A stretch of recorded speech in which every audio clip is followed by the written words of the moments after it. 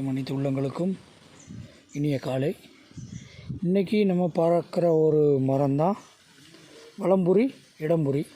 இதோட தாவரவியல் பேர் ஹெலிக்ட்ரஸ் இசோரா அப்படின்னு இதோட தாவரவியல் பேர்.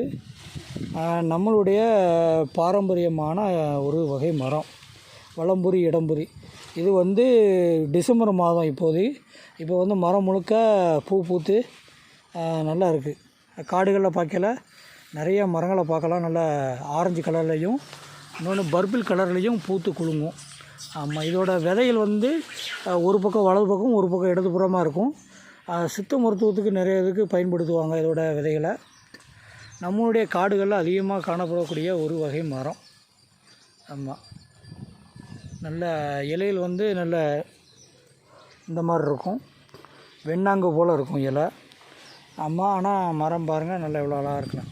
குச்சி குச்சாக இருந்து பார்க்க நல்லா அழகாக இருக்கும். நம்மளுடைய மரம் பாரம்பரியமான மரம். இந்த மரங்களை நம்ம விதைகளை சேகரித்து நம்ம கன்றுகளை உற்பத்தி பண்ணியும் வைக்கலாம். நம்ம நர்சரியில் அவ்வளோ அந்த மரக்கன்றுகள் கிடைக்காது. அதனால் நம்ம விதைகளை சேகரித்து கன்றுகளை உற்பத்தி பண்ணி நம்ம வைக்கலாம். நன்றி.